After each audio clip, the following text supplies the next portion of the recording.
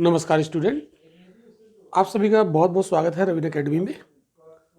Students, हम लोग पढ़ रहे थे इंडियन इकॉनमी, शुरू कर चुके हैं और इसमें अभी तक हम 5 लेक्चर यहाँ पर आपको पढ़ा चुके हैं और मैं आशा करता हूँ कि आप लोगों ने वो लेक्चर देखे होंगे और आपको समझ में भी आए होंगे, क्योंकि हमारे पास बहुत सारे कमेंट आए हैं जिसमें उन लेक्चर्स को बहुत सारे बच्चों ने बहुत ज़्यादा लाइक किया है और बहुत अच्छे कमेंट किए, अच्छा लगा। और इकॉनमी को काफ़ी कठिन टॉपिक माना जाता है और इस वजह से बहुत सारे बच्चे उसे समझ नहीं पाते हैं। तो अगर हम किताबी भाषा में इकॉनमी को पढ़ेंगे तो वो कठिन लगेगी, लेकिन अगर हम इसे प्रैक्टिकल अपने अपने लाइफ में इसको उतार के अगर देखेंगे तो ये बहुत आसानी से समझ में आ जाएगी। और यूपीएससी बेसिकली वही है। यूपीएससी किताबों की जो लैंग्वेज है उस पर आधारित क्वेश्चन नहीं बनाता है, वो बिल्कुल प्रैक्टिकल है। तो हमें इकॉनमी को बिल्कुल प्रैक्टिकल तरीके से समझना है। तो हम आपको इसी तरीके से पढ़ाने का प्रयास करेंगे जिसमें आपको इकॉनमी के जो बड़े बड़े कॉन्सेप्ट हैं वो बहुत ही ईजी वे में आपको समझ में आ जाए। तो आज के लेक्चर में हम लोग पढ़ेंगे कैपिटल, कैपिटल का हम निर्माण कैसे करते हैं और इन्वेस्टमेंट। ये 3 टर्म हैं और इस कॉन्सेप्ट को हम आज के लेक्चर में समझने वाले हैं। तो एक बात मैं आपको बता दूं कि इकोनॉमी टफ इसलिए हो जाती है क्योंकि उसकी जो टर्मिनोलॉजी होती है, हर एक सब्जेक्ट की अपनी टर्मिनोलॉजी होती है। जैसे ज्योग्राफी की अलग होती है, इकोनॉमी की अलग होती है, साइंस की अलग होती है। तो इकोनॉमी की बेसिकली जो टर्मिनोलॉजी है, लगभग 20-25 टर्म हैं वो ज़्यादा यूज़ होते हैं इकोनॉमी में, और वही यूपीएससी प्री और मेंस दोनों जगह यूज़ करता है। तो वो यदि टर्म से हम वाकिफ़ हैं, परिचित हैं, तो फिर हम क्वेश्चन को पकड़ लेंगे। तो हमारी कोशिश रहेगी कि वो हम आपको टर्म्स भी सिखाएं और टॉपिक को पढ़ाएं, और जो हमारे प्रीवियस ईयर में क्वेश्चन बने हैं उनको भी हम देखें और फ्यूचर में क्वेश्चन कैसे बन सकते हैं उन पे भी हम काम करेंगे। ओके, तो स्टूडेंट्स, जिन लोगों ने अभी तक हमारे वो 6 लेक्चर नहीं देखे हैं तो वो हमारे एप्लीकेशन यानी रवीन एकेडमी को प्ले स्टोर से डाउनलोड कर लीजिए। वहाँ पर वो सारे लेक्चर आपको मिल जाएंगे। और अगर ऑनलाइन कक्षाएं आपको डिटेल में करनी है तो आप दिए गए स्क्रीन पर व्हाट्सएप नंबर पे आप कॉल कर सकते हैं, आप मैसेज ड्रॉप कर सकते हैं, तो आपको सारी जानकारी वहाँ से मिल जाएगी। हमारी टीम आपको पूरा गाइड कर देगी। तो चलिए आज के लेक्चर में हम लोग शुरू करते हैं। कैपिटल यानी पूंजी। तो ये पूंजी क्या है?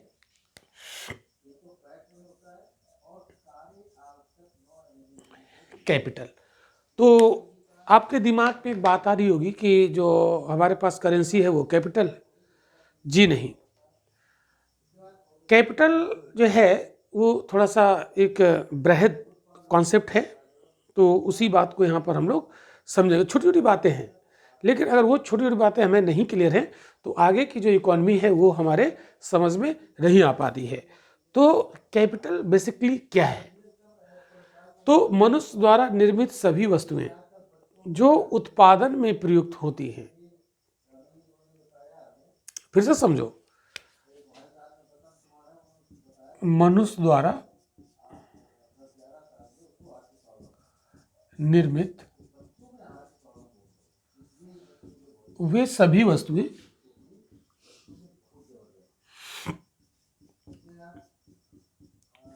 मनुष्य द्वारा निर्मित वे सभी वस्तुएं जो उत्पादन में प्रयुक्त होती हैं।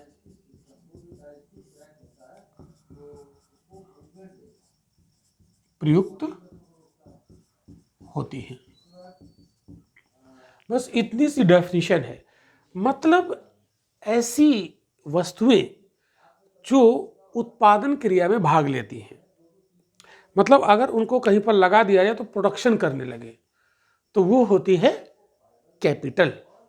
क्लियर? तो अब देखो, जैसे मान लो, मैंने यहाँ पर हर एक टर्म पे ध्यान दीजिएगा। मनुष्य द्वारा निर्मित, मतलब कैपिटल को कौन निर्मित करता है? मानव निर्मित करता है। और जो मनुष्य ने निर्माण कर दिया जिस वस्तु का, वो वस्तु आगे प्रोडक्शन में भाग लेने लगे, उसके द्वारा प्रोडक्शन होने लगे। फॉर एग्जाम्पल, अगर हम लोग यहाँ पर उदाहरण के तौर पर देखें तो उदाहरण के तौर पर मशीन, कोई भी मशीन। तो जैसे हमने एक मशीन बना दी और फिर उस मशीन को हमने इंडस्ट्री में लगा दिया और वो मशीन इंडस्ट्री में जाकर प्रोडक्शन करने लगेगी। फॉर एग्जांपल, जैसे हमने एक कोई ऐसी मशीन बनाई जो कपड़े का उत्पादन करती है, कपड़ा बुनती है, तो हम किसी फैक्ट्री में, कपड़ा बुनने वाली फैक्ट्री में उस मशीन को लगाएंगे तो वो मशीन कपड़ा बुनना शुरू कर देगी, वो प्रोडक्शन करने लगेगी। तो ये प्रोडक्शन में भाग लेगी। तो मनुष्य के द्वारा निर्मित हर वो वस्तु जो उत्पादन में प्रयोग होती है उसे कैपिटल कहते हैं। तो अब जैसे मान लीजिएगा कि कोई हमने कोई एक मकान बना दिया, बिल्डिंग, भवन, कोई मकान बना दिया। अब मकान बना के हमने छोड़ दिया और उसको हमने रेंट पे दे दिया, या उस मकान में हमने कोई ऑफिस खोल दिया, या उस मकान में हमने फैक्ट्री लगा दी। तो वो क्या करेगा, वो उत्पादन करेगा। तो जैसे हमने मकान को किराए पर उठा दिया, भवन को किराए पर उठा दिया, तो उससे हमें रेंट मिलने लगा। ओके, तो ये प्रोडक्शन, ठीक है। जैसे हमने कोई प्लांट लगा दिया, कोई हमने प्लांट लगा दिया, तो प्लांट जब लगाया किसी भी चीज़ का, मान ली वाटर प्लांट लगा दिया, या ब्रेड फैक्ट्री लगा दी, या हमने केक बनाने वाला प्लांट लगा दिया, कुछ भी, तो वो क्या करेगा, प्रोडक्शन करना शुरू करेगा। और एक चीज़ और याद रखिएगा, दूसरी विशेषता जो पूंजी होती है, तो पूंजी क्या है, वो वस्तु है जो उत्पादन में भाग लेगी। और अगर पूंजी को हम उत्पादन में लगाएंगे तो ये समाप्त नहीं होगी। तो दूसरी विशेषता इसकी क्या है, ये उत्पादन कार्य में समाप्त नहीं होती, उत्पादन प्रक्रिया में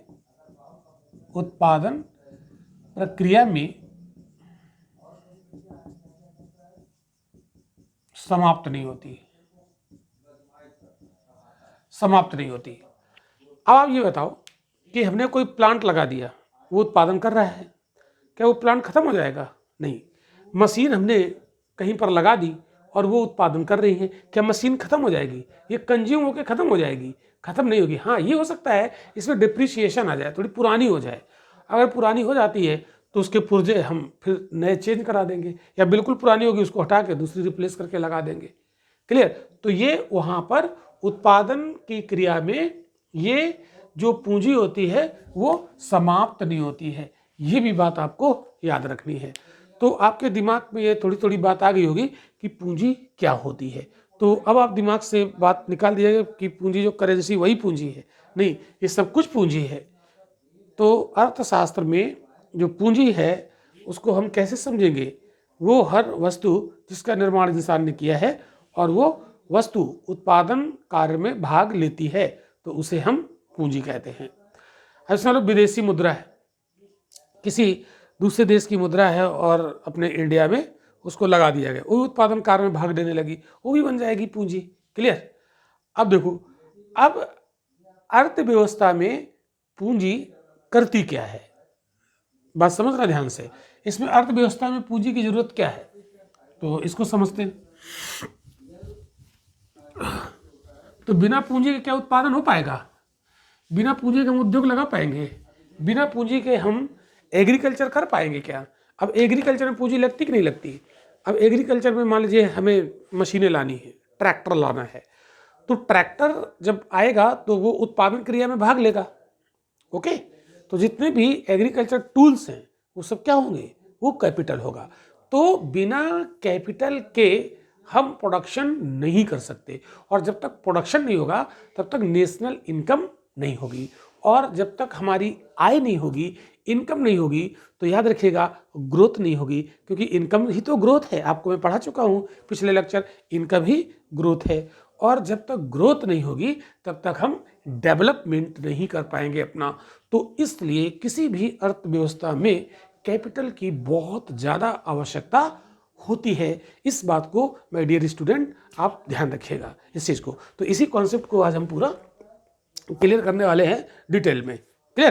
तो ये सब अगर कॉन्सेप्ट आपके क्लियर रहेंगे तो आगे आपको अर्थशास्त्र एकदम चुटकी बजा के सॉल्व होगा, चाहे वो प्री का क्वेश्चन हो चाहे वो मेंस का क्वेश्चन हो। ये मेरा प्रॉमिस है, ये मैं आपसे वादा करता हूँ। ठीक है, तो चलो, तो अर्थव्यवस्था में पूंजी की क्या ज़रूरत है, ये मोटी मोटी बात आपके दिमाग में आ गई होगी। तो पूंजी करेगी क्या, है ना? जो कैपिटल है ये क्या करेगी, क्या क्या कर सकती है, इसका क्या इम्पैक्ट पड़ेगा। तो आप देखिएगा, ये अगर कैपिटल होगा तो उत्पादन क्षमता में वृद्धि होगी। क्या होगा? उत्पादन क्षमता में वृद्धि, उत्पादन क्षमता में वृद्धि होगी। ठीक है, अगर हम जितनी ज़्यादा कैपिटल लगाएंगे, जितना ज़्यादा कैपिटल का हम निवेश करेंगे और उतना ही ज़्यादा उत्पादन होगा। एक मशीन लगाएंगे, एक मशीन उत्पादन करेगी, 10 लगा देंगे तो ज़्यादा उत्पादन हो जाएगा। अब 10 करेंगे 10 गुना हो जाएगा। तो मशीन क्या है? कैपिटल। तो सीधी सी बात है कि जैसे जैसे हम ज़्यादा कैपिटल इन्वेस्ट करेंगे, प्रोडक्शन का कैपेसिटी है वो बढ़ता जाएगा। एक तो ये फायदा होगा। दूसरा, अगर उत्पादन क्षमता बढ़ेगी तो ये जो उत्पाद हैं इनको हम बेचेंगे, और बेचेंगे तो उससे हमें इनकम होगी, तो हमारी नेशनल इनकम का स्तर जो है वो बढ़ जाएगा। तो राष्ट्रीय आय इंप्रूव होगी, राष्ट्रीय आय स्तर में वृद्धि, राष्ट्रीय आय स्तर में क्या होगी? वृद्धि होगी। तो देखो, अभी आप लोग राष्ट्रीय आय, नेशनल इनकम, नेशनल इनकम बहुत बार सुनते होंगे, लेकिन नेशनल इनकम एक चैप्टर ही है इकोनॉमी में, तो उसको हम पढ़ेंगे भी अलग से। नेशनल इनकम बहुत ही इंपॉर्टेंट है, बहुत ही इंटरेस्टिंग है। अगर समझ में आ गया तो जीवन में कभी नहीं भूलोगे, और मैं पूरी कोशिश करूंगा कि आपके दिमाग पे फिट कर दूं, कभी नहीं भूलोगे। और चाहे वो प्रीलिम का क्वेश्चन हो, चाहे मेंस का क्वेश्चन हो, आपका छूटेगा ही नहीं। इस तरीके से हम लोग पढ़ रहे हैं इकोनॉमी को। ध्यान रखिएगा, हम इकोनॉमिस्ट नहीं बनना है, अर्थशास्त्री मुझे नहीं बनना है। हमें सिर्फ इकोनॉमी उतनी सीखनी है जिससे कि हमारा पर्पज हल हो जाए, और सिर्फ उतनी सीखनी है जिससे कि हम आईएएस में पूछे जाने वाले क्वेश्चन सॉल्व कर लें। That's solve. ओके, तो राष्ट्रीय आय स्तर में वृद्धि होगी, नेशनल इनकम बढ़ेगी। और देखो, उत्पादन का ढांचा, जो स्ट्रक्चर है ना उत्पादन का, उसमें भी सुधार आएगा। तो उत्पादन के ढांचे को प्रभावित करेगी, उत्पादन ढांचा सुधरेगा। मशीनें ढांचा भी होता है, ठीक है। तो जब ज़्यादा मशीनें लगाएंगी तो उत्पादन का ढांचा वास्तव में अच्छा हो जाएगा। क्लियर? इसके बाद जब हम कैपिटल इन्वेस्ट करेंगे तो तकनीकी प्रगति भी होगी, है ना, टेक्निकल प्रोग्रेस भी होगी। तो तकनीकी में सुधार, तकनीकी में सुधार, तो इम्प्रूवमेंट इन टेक्नोलॉजी, इसमें सुधार आ जाएगा पूंजी से। और क्या होगा? ठीक है, तो इस तरीके के कुछ बहुत सारी चीज़ें यहाँ पर आपको देखने को मिलेंगी। तो पूंजी कितनी ज़्यादा इम्पोर्टेंट है ये आप देख पा रहे हैं। अब हम लोग आगे बढ़ते हैं, पूंजी निर्माण। तो ये जो कैपिटल फॉर्मेशन है ये क्या है, ये कैसे होगा, इसको समझो। पूंजी तो आपने समझ ली, हम बात करेंगे कैपिटल फॉर्मेशन की। कैपिटल फॉर्मेशन, पूंजी निर्माण। तो पूंजी निर्माण देखो समझो, इसको हम ऐसे स्ट्रक्चर से बना के सिखाते हैं आप लोग को, ठीक है। तो जैसे हमारे देश में मान लो पूंजी का स्टॉक है, हर एक देश के पास होता है पूंजी का स्टॉक, कैपिटल स्टॉक, पूंजी का स्टॉक है। सपोज दैट हर एक देश के पास होता है, किसी के पास ज़्यादा है, किसी के पास कम है। तो अब आप देखो, हम कुछ ऐसा करें, हम कुछ ऐसा करें जिससे पूंजी स्टॉक में बढ़ोतरी हो जाए। क्या है? फॉर्मेशन, यानी पूंजी निर्माण हो जाए। तो जितनी पूंजी है, जितना हमारा स्टॉक है वो बढ़ जाए। यानी यहाँ पर अगर हमारे देश में 10 मशीनें हैं, कुछ ऐसा करें 20 हो जाएं, 50 हो जाएं। सिर्फ मशीन ही नहीं, और भी बहुत सारी चीज़ें हैं जो भी पूंजी में आता है, ठीक है। तो हम बोलेंगे कैपिटल फॉर्मेशन। तो वह प्रक्रिया, देखो कुछ ऐसा करें, वह प्रक्रिया, कुछ ऐसी हम प्रोसेस फॉलो करें जिससे अर्थव्यवस्था में पूंजी स्टॉक में वृद्धि लाई जाए, ठीक है। वह प्रक्रिया जिससे जिससे देश के पूंजी स्टॉक में क्या हो? वृद्धि लाए, वृद्धि लाए। तो इसे ही हम कहते हैं कैपिटल फॉर्मेशन। तो तो वह प्रक्रिया जिससे देश के पूंजी स्टॉक में वृद्धि लाए, है ना, वो प्रक्रिया जो देश के पूंजी स्टॉक में वृद्धि करे, तो इसे ही हम कैपिटल फॉर्मेशन कहते हैं। क्लियर? तो अब तो ये फिर प्रक्रिया है क्या, इसको तो भी हमें समझना पड़ेगा कि ये प्रक्रिया क्या है, वो प्रक्रिया है कौन सी, ये भी तो जाने ना। तो इसको भी हमें यहाँ पर देखना है। तो अब देखेंगे सबसे पहले कि पूंजी निर्माण होगा कब। समझो, पूंजी निर्माण कब होगा। पूंजी निर्माण कब होगा, अगर हम अपने आप से ये प्रश्न करें तो सोचो कि पूंजी का निर्माण कैसे होगा। पूंजी निर्माण क्या है ये समझ में आ गया। अब पूंजी का निर्माण होगा कब। अब देखो ध्यान से समझना, जैसे हम कोई काम कर रहे हैं, मान लो हमने किया कोई काम, तो काम के बदले में हमें क्या मिला, कुछ इनकम हुई, ठीक है। तो इससे क्या हुआ, आय मिला, और आय का कुछ हिस्सा हम खर्च कर डालेंगे अपने ऊपर, अपनी जरूरतों को पूरा करने के लिए, लेकिन कुछ तो सेविंग करेंगे। तो आय का कुछ भाग हम क्या करेंगे, सेव करेंगे, बचत करेंगे, यानी सेविंग, तो क्या बोलेंगे, सेविंग्स। खर्च कर दिया, जो बच गया उसको हमने सेव कर लिया। तो अगर मान लो हमने 1000 कमाया तो 700 खर्च किया, लेकिन 300 हमने सेव कर लिया। ओके, अब यहां पे पूरी कहानी होती है, इस जगह पूरी कहानी आपको दिखेगी। कुछ लोग ऐसे भी होंगे जो थोड़े से परंपरागत विचार के लोग होंगे, उनको लगेगा कि जो हमने सेव किया है ये मेरा जीवन है, जो हमने पैसा बचा लिया यही मेरा जीवन है, और इस पैसे को वो सीने से लगा के घूमेंगे और उसको ऐसी जगह छुपा के रख देंगे और उससे वो यूज़ नहीं करेंगे, पूरे जीवन यूज़ नहीं करेंगे, और वो मर भी जाएंगे और वो पैसा देश में लगा ही नहीं, उस पैसे का कोई काम ही नहीं हुआ, वो जो हमने सेविंग की वो कहीं यूज़ ही नहीं आई। वो सिर्फ इतना डरा हुआ था कि अगर ये हम खर्च कर देंगे तो हम बर्बाद हो जाएंगे, तो वो इस डर की वजह से उसको छिपा के रख रहा है, किसी को दिया भी नहीं। एक तो इस मानसिकता के लोग होंगे। तो क्या जब ये सेविंग को उसने कहीं लगाया ही नहीं तो क्या ये प्रोडक्शन में काम आई, नहीं आई ना, ठीक है। तो इसको कहीं लगाया नहीं, मतलब इन्वेस्ट नहीं किया, तो इस सेविंग को हम क्या करेंगे, इन्वेस्ट कर दें, कहीं पर इन्वेस्ट करेंगे।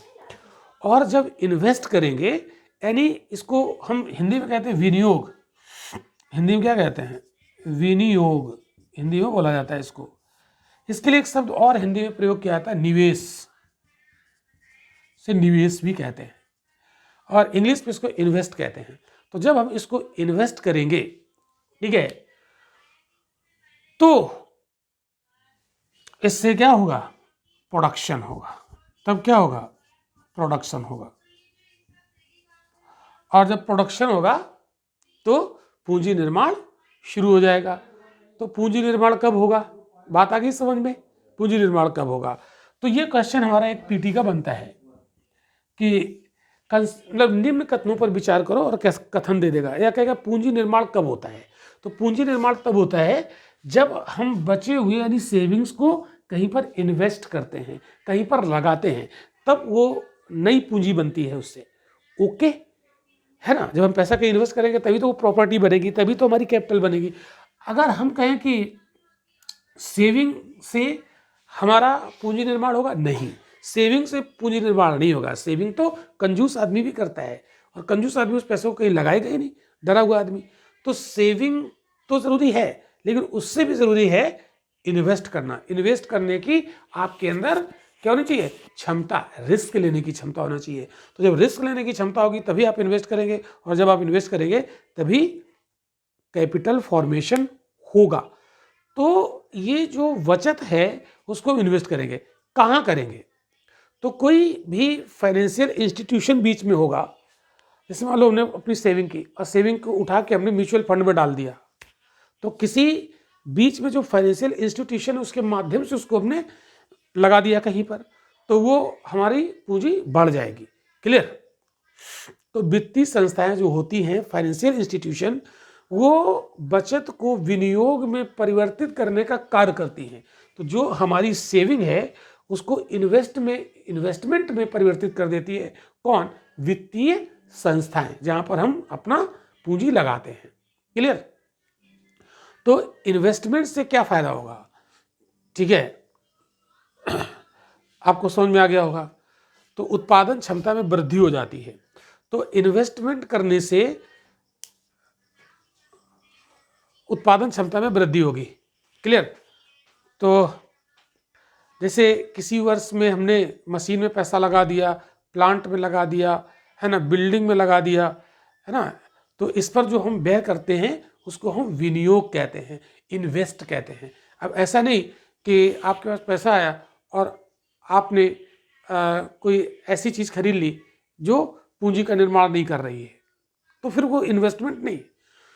तो हमने अगर मशीन में लगा दिया, प्लांट में लगा दिया, बिल्डिंग में लगा दिया, तो उस पर जो हमने व्यय किया, पैसा लगाया, वो कहलाता है इन्वेस्टमेंट। क्लियर? तो जो इन्वेस्टमेंट होता है, विनियोग होता है, वो सामान्य तौर पर किसी वर्ष में पूंजी स्टॉक में होने वाली वृद्धि के रूप में हम उसे परिभाषित कर सकते हैं। क्लियर? तो विनियोग के लाभ आपको समझ में आ गए। क्लियर? अब हम लोग बात करते हैं अगला। तो ये तीनों टर्म क्लियर है। पूंजी निर्माण क्यों जरूरी है, और पूंजी निर्माण के लिए निवेश क्यों जरूरी है। बिना इन्वेस्टमेंट के कैपिटल फॉर्मेशन नहीं होगा। तो ये छोटा सा कॉन्सेप्ट था, टर्म थे जो यहाँ पर क्लियर हुए। अब हम लोग बढ़ते हैं इसी क्रम में, कुछ और भी चीज़ें हम यहाँ पर समझते हैं जो काफ़ी महत्वपूर्ण है। प्रीलिम का क्वेश्चन भी बनेगा, मेंस में भी। देखो, जब हम मेंस का क्वेश्चन लिखेंगे तो होता क्या है, अगर हम इकोनॉमी का क्वेश्चन लिखेंगे तो वहाँ पर जो क्वेश्चन पूछा जाएगा उसको लिखने के लिए हमें टेक्निकल इकोनॉमी के टर्म वहाँ पर डालने पड़ेंगे। हम उसको आम बोलचाल की भाषा में नहीं लिखेंगे। अच्छे नंबर लाने के लिए हमें टेक्निकल टर्म्स का यूज़ करना पड़ेगा। अब जैसे वहाँ पर कोई क्वेश्चन आया, तो अगर हमें वहाँ पर लिखना है निवेश, तो ये थोड़ी ना पैसा लगा दिया, ये लिखोगे हमने वहाँ पर इन्वेस्ट किया। ठीक है, ये टर्म वहाँ पर लिखने पड़ेंगे। तो ये टर्मिनोलॉजी आपके लिए बहुत ज़रूरी है किसी भी सब्जेक्ट। अब मान लो कॉन्स्टिट्यूशन का, पॉलिटी का क्वेश्चन लिखते हो, तो पॉलिटी का आंसर जब लिखोगे तो पॉलिटी वाले कॉन्स्टिट्यूशनल टर्म डालने पड़ेंगे ना वहाँ पर, तभी तो मार्क्स मिलेंगे। तो मेंस में क्वेश्चन का आंसर लिखने के लिए हमें ये टर्म्स जानना बहुत ज़रूरी है, और प्रीलिम के लिए भी, दोनों जगह। तो चलिए अब हम लोग बात करते हैं पूंजी उत्पाद अनुपात। पूंजी उत्पाद अनुपात।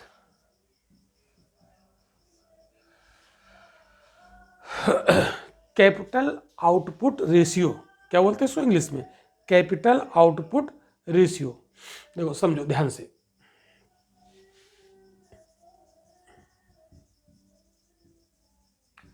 आउटपुट रेशियो ये क्या है? तो उसको टर्म को तोड़ देते हैं। पूंजी उत्पाद अनुपात, कैपिटल आउटपुट, मतलब हमने अगर कोई चीज़, हमने मतलब कोई चीज़ बनाई, तो समझो इस मार्कर का ही एग्जांपल लेते हैं। तो जैसे हमने एक मार्कर बनाया, बहुत ध्यान समझना, ये मार्कर बनाया, और इस मार्कर में बनाने में, इसके प्रोडक्शन में 10 रुपये खर्च आया। कितना आया? 10 रुपये।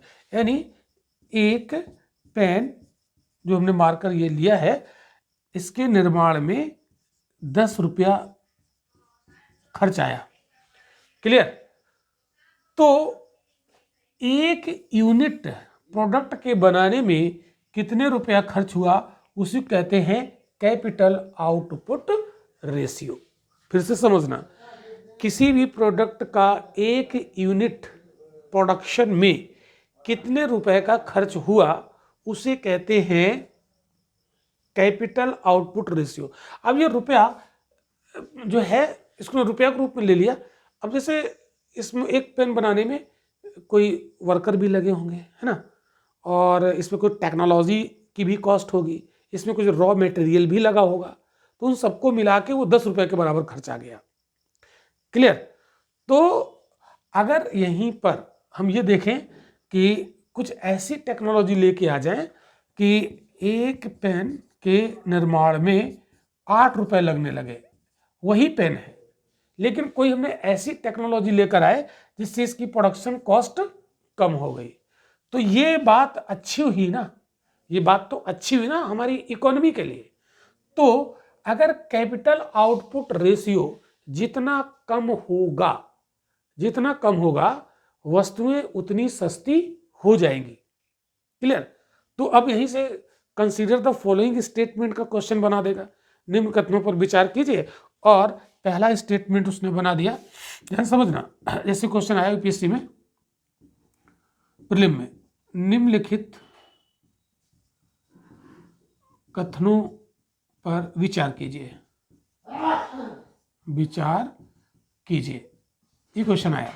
और पहला उसने लिख दिया कि कैपिटल आउटपुट रेशियो जितना कम होगा उतना ही अर्थव्यवस्था के लिए अच्छा होगा।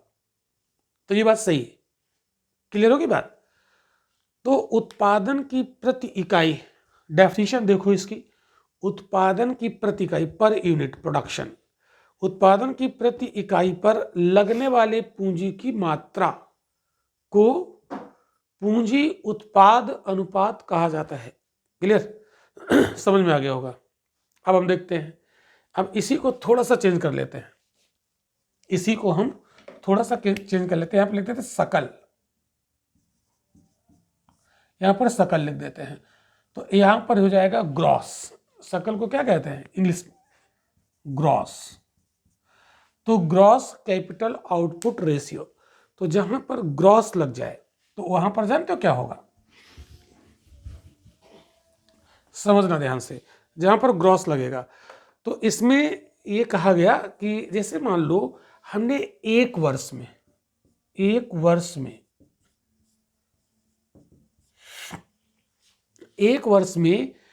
अर्थव्यवस्था में पूंजी की कुल मात्रा और उस वर्ष के कुल उत्पादन के बीच का अनुपात ले लें। देखो ध्यान से समझना, एक वर्ष में मान लो हमने 100 पेन बनाए, 100 पेन बनाए, एक छोटा सा एग्जांपल लिया, 100 पेन का प्रोडक्शन किया, ठीक है, और एक पेन को बनाने में 8 रुपए लग रहे थे, तो ये कितना लग गया? 800 रुपए। कितना लगा? 800 रुपए। तो एक साल में हमने अपने देश में 100 पेन बनाए और उसमें 800 रुपए खर्च हुआ। तो एक पूरे साल में जब हमने जितने भी यूनिट यहाँ बनाए, टोटल 10, 20, 50 जितने बनाए, ठीक है, और उसको बनाने में टोटल कितना खर्च हुआ, इसके रेशियो को, ठीक है, 100 पेन बनाने में 800 रुपए लगे, इसके रेशियो को बोलेंगे सकल पूंजी उत्पाद अनुपात, ग्रॉस कैपिटल आउटपुट रेशियो। अगर ये कम हो जाए, 800 की जगह कुछ ऐसी टेक्नोलॉजी लाएं कि 800 की जगह पर 600 ही लगे, तो 200 रुपये हमने कम कर लिया, तो ये तो हमारी अर्थव्यवस्था के लिए अच्छा रहा ना। उत्पादन उतना ही किया, लेकिन हमने कुछ ऐसी टेक्नोलॉजी इजाद की जिसकी वजह से उत्पादन का जो कैपिटल आउटपुट रेशियो वो डिक्रीज कर लिया हमने। ये टेक्नोलॉजी से संभव हो सकता है। क्लियर? चलो, अब हम लोग पूंजी उत्पाद अनुपात ये समझ चुके हैं अच्छे से। क्लियर? सकल पूंजी अनुपात, उत्पादन अनुपात भी समझ चुके हैं। अब देखो इसको थोड़ा सा उल्टा करते हैं, अगला टर्म यहां पर हम लोग समझने वाले हैं, थोड़ा सा उल्टा करते हैं, और यहां पर हम लिखते हैं, इसको हटा दो, यहां पर लिखते हैं आउटपुट कैपिटल रेशियो। थोड़ा सा इसका स्थान चेंज कर देते हैं, यहां पर लिख दिया हमने आउटपुट कैपिटल रेशियो, ये लिख दिया। अब इसको हम लोग हिंदी में बोलेंगे पूंजी उत्पाद अनुपात, नहीं वो तो वही है, इसको हम लोग इसको बोलेंगे उत्पाद पूंजी अनुपात। आउटपुट मतलब उत्पाद और कैपिटल हो गई पूंजी अनुपात। सिर्फ हमने इसका स्थान चेंज किया है। ये था पूंजी उत्पाद अनुपात और ये है उत्पाद पूंजी अनुपात, अंतर हो गया, स्थान चेंज किया। ये मत सोचना कि दोनों एक ही हैं, ये एक नहीं है, ये बदल गया, अंतर हो गया। अब इसमें क्या होगा, देखो समझो ध्यान से, ध्यान समझना। तो जैसे मान लो हमारे पास 1 रुपया है, इसको समझ रहे हैं हम लोग, 1 रुपया है, बहुत साधारण भाषा में समझा रहे हैं। 1 रुपया है हमारे पास और कहते हैं कि हमें कोई चीज़ बनानी है, हमें कोई चीज़ बनानी है और हम कहेंगे कि मेरे पास 1 ही रुपया है और ज़्यादा है ही नहीं, इससे ज़्यादा है ही नहीं। तो कहते हैं कि 1 रुपया में जितना उत्पादन हो जाए उतना कर लीजिए। जैसे और इसको आसानी से समझो और छोटे शब्दों में, जैसे मान लो कि कोई छोटा बच्चा है और आपके साथ कहीं गया मार्केट, तो वो जिद करने लगा कि हमें ये लेना, ये लेना, और आपने उससे कहा देखो सिर्फ 5 रुपये हैं जेब में, जो तुम्हें 5 रुपये मिल जाए वो ले लो, इसके अलावा हम नहीं कुछ देंगे, बस वही चीज़ है। तो यहाँ पर 1 रुपया है और हमें कहा कि 1 रुपया हम लगाएंगे, इससे जितना भी उत्पादन हो जाए। तो प्रति इकाई पूंजी ये क्या हो गई, 1 रुपये में जितना उत्पादन हो जाए, जितना उत्पादन हो जाए, जितना उत्पादन हो जाए। अब हो सकता है कि 1 रुपये में 10 पेन बन गए, 10 पेन का प्रोडक्शन हो गया, या 1 रुपये में 15 पेन का प्रोडक्शन हो गया, 15 पेन का प्रोडक्शन। तो अगर हमारे पास टेक्नोलॉजी अच्छी है तो 1 रुपये में हम ज़्यादा पेन का उत्पादन कर लेंगे। अगर टेक्नोलॉजी अच्छी है, मैनेजमेंट अच्छा है, तो हम ये कहेंगे कि प्रति रुपया कितना प्रोडक्ट हमने तैयार कर लिया, इसी को बोलेंगे आउटपुट कैपिटल रेशियो। यानी प्रति इकाई पूंजी, जो हमने पूंजी लगाई, ये जो कैपिटल लगाई पर यूनिट कैपिटल से कितना उत्पादन होगा, इसी को बोलते हैं आउटपुट कैपिटल रेशियो। अब इसको ध्यान से समझो कि अगर 1 यूनिट पूंजी लगाई 10 पेन बने, फिर मैं क्या किया, कुछ ऐसी टेक्नोलॉजी डेवलप की, 1 यूनिट पूंजी लगाई 15 पेन बन गए। तो पहले वाला ज़्यादा अच्छा है अर्थव्यवस्था के लिए, दूसरा वाला ज़्यादा अच्छा है कि 1 रुपये में 15 पेन बना रहे हैं, तो हम लोगों को अच्छा दे पाएंगे, मतलब सस्ता दे पाएंगे और क्वालिटी भी वही है। तो हमें क्या करना चाहिए अपनी इकोनॉमी में, हमें आउटपुट कैपिटल रेशियो को क्या करना चाहिए, समझ रहे, इससे देख के बताओ। तो प्रति इकाई पूंजी पर कितना उत्पादन प्राप्त होता है, तो इसमें क्या लिखेंगे, प्रति इकाई पूंजी पर कितना उत्पादन प्राप्त होता है, उसे ही तो हम आउटपुट कैपिटल रेशियो कहते हैं। तो उत्पाद पूंजी का बढ़ना अर्थव्यवस्था के लिए एक स्वस्थ लक्षण है, तो इसका बढ़ना आउटपुट कैपिटल रेशियो का बढ़ना स्वस्थ लक्षण है अर्थव्यवस्था के लिए।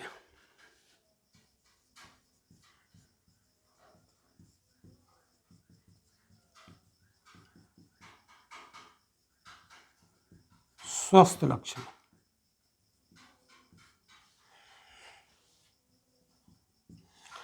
आप लोग बताओ देख के कि ये जो मैंने लिखा है ये कैमरे के फ्रेम में आ रहा है, दिख रहा है, चलो ठीक है, ओके। तो अब आप ये बताओ कि इसका मतलब क्या हुआ कि अगर हमने बढ़ा दिया आउटपुट कैपिटल रेशियो बढ़ा दिया, मतलब आउटपुट बढ़ गया, है ना, कम कैपिटल पर। तो यहाँ पर क्या हुआ, 1 रुपये में 10 बन रहे थे पेन, और अब 1 रुपये में 15 बनने लगे। इसका मतलब क्या हुआ, ये आउटपुट कैपिटल रेशियो बढ़ गया। तो आउटपुट कैपिटल रेशियो का बढ़ना ये प्रतीक है अर्थव्यवस्था के लिए, एक हेल्दी अर्थव्यवस्था के लिए अच्छा है, क्लियर। और वहीं जो कैपिटल आउटपुट रेशियो है इसका घटना अच्छा माना जाता है, और आउटपुट कैपिटल रेशियो का बढ़ना अच्छा माना जाता है। तो यहाँ पर लिख लो, इसका घटना अच्छा है, ये अच्छा संकेत है अर्थव्यवस्था के लिए, और आउटपुट कैपिटल रेशियो का बढ़ना ये अच्छा माना जाता है। ओके, तो ये बात आप यहाँ पर ध्यान कर लीजिए, इस बात को आप ध्यान कर लीजिए, क्लियर। तो ये टर्म क्लियर, आई होप कि समझ में आ गया होगा। ठीक है, चलो मैं रब कर देता हूँ, इसको नोट कर लीजिएगा।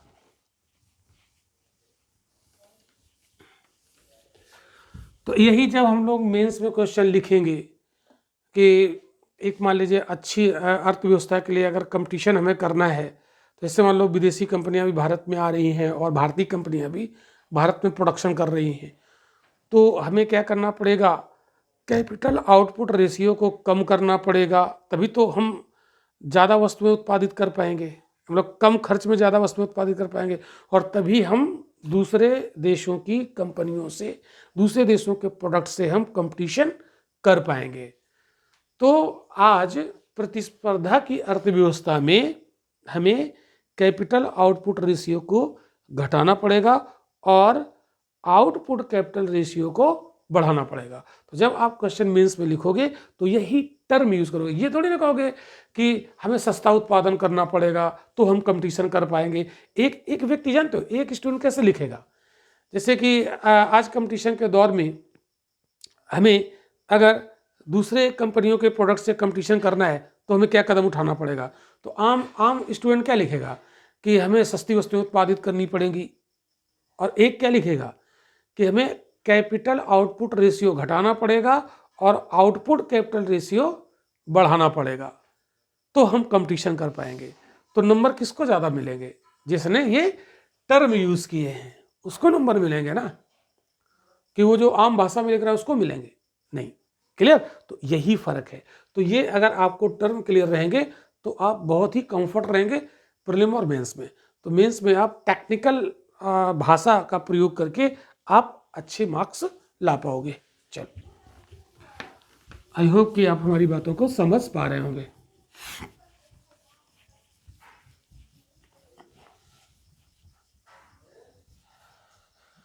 अब यहाँ पर एक चीज़ और है, अब हम बात करेंगे यहाँ पर कैपिटल वाइडनिंग की। इसको समझो, ये क्या है, कैपिटल वाइडनिंग।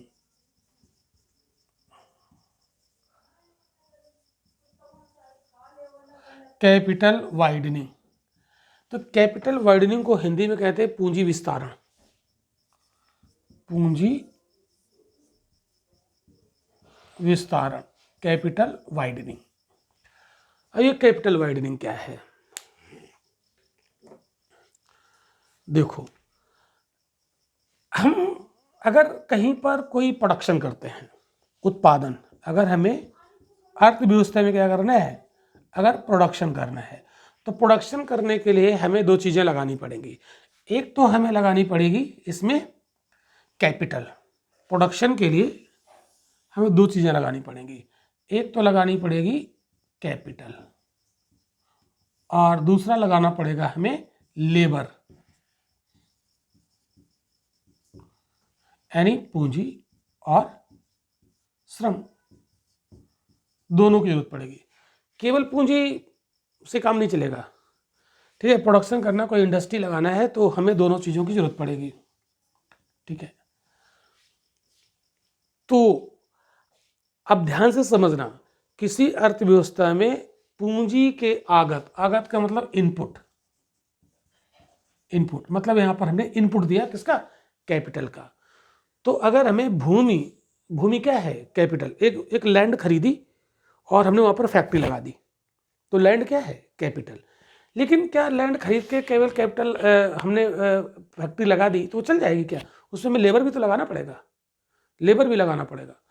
तो हमने कैपिटल का इनपुट दिया, तो किसी अर्थव्यवस्था में पूंजी आगत, किसी अर्थव्यवस्था में पूंजी की आगत यानी कैपिटल की इनपुट का अनुपात, उसी अनुपात में बढ़ना जिस अनुपात में श्रम आगत बढ़ रहा है।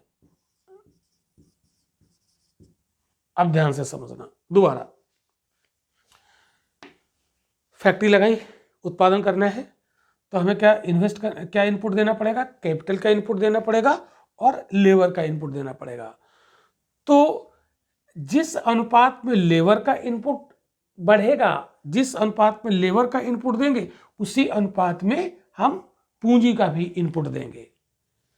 तो दोनों का इनपुट बढ़ेगा। अगर लेबर लगाएंगे तो हमें, अब इसमें लो हमने 4 मशीन लगाई, अब ध्यान समझना, हमने कैपिटल के रूप में हमने फैक्ट्री में कितनी मशीन लगा दी?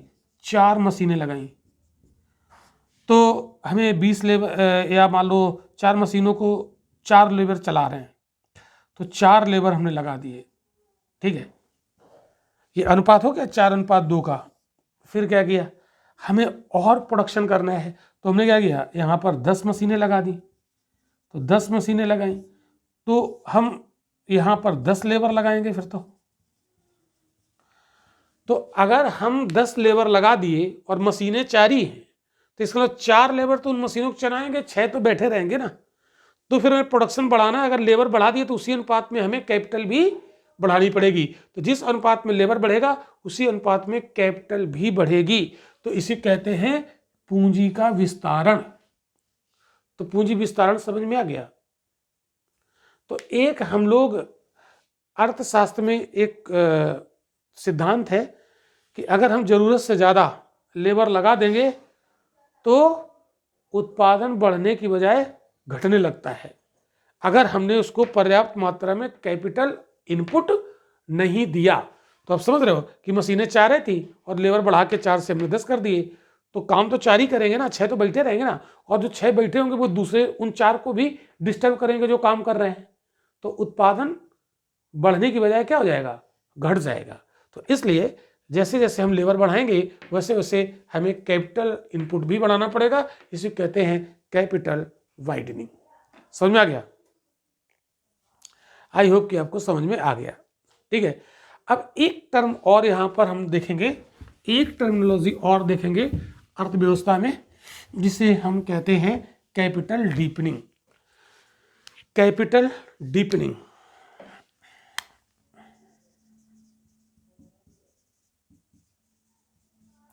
है ना, डीप मतलब डीप से बना हुआ है, डीपनिंग।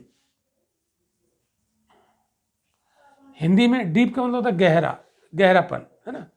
तो इसका मतलब पूंजी का गहरापन, ऐसे कह सकते हो। तो कैपिटल डीपनिंग करके याद रखो, ज्यादा सही रहेगा।